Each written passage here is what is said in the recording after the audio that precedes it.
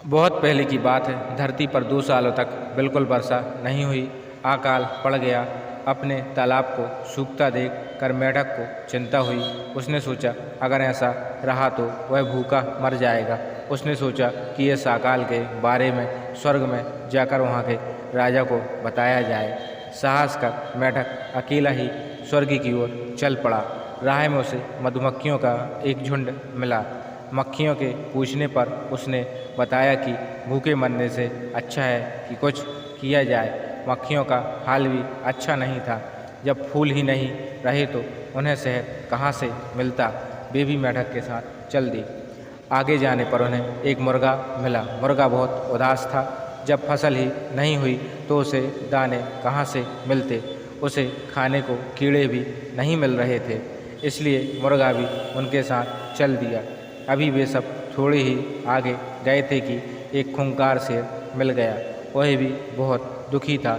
उसे खाने को जानवर नहीं मिल रहे थे। उनकी बातें सुनकर शेर भी उनके साथ हो गया।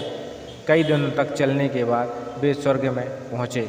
मेढक ने अपने सभी साथियों को राजा के महल के बाहर ही रुकने को कहा। उसने कहा कि पहले वह भीतर जाकर देख आए कि राजा कहाँ हैं। मेढक उछलता हुआ महल के भीतर चला गया। कई कमरों में से होता हुआ वह राजा तक पहुँच ही गया। राजा अपने कमरे में बैठा परियों के साथ बातें कर रहा था। मेढक को क्रोध आ गया। उसने लंबी छलांग लगाई और उनके बीच में पहुँच गया। परियां एकदम चुप हो गईं। राजा को एक छोटे से मेढक की करतूत देख गुस्सा आ गया। पागल जी, तुमने हमारे बीच आने का साहस कैसे किया?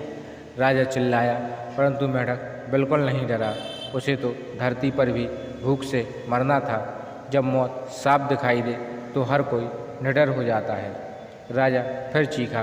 पहरेदार भागे आए ताकि मेढक को पकड़कर महल से बाहर निकाल दे, मगर इधर उधर उछलता मेढक उनकी पकड़ में नहीं आ रहा था। मेढक ने मधुमक्खियों को आवाज़ दी।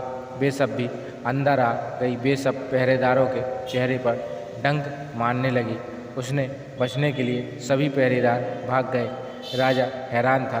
तब उसने तूफान के देवता को बुलाया, पर मुर्गे ने शोर मचाया और पंख फड़फड़ाकर उसे भी भगा दिया।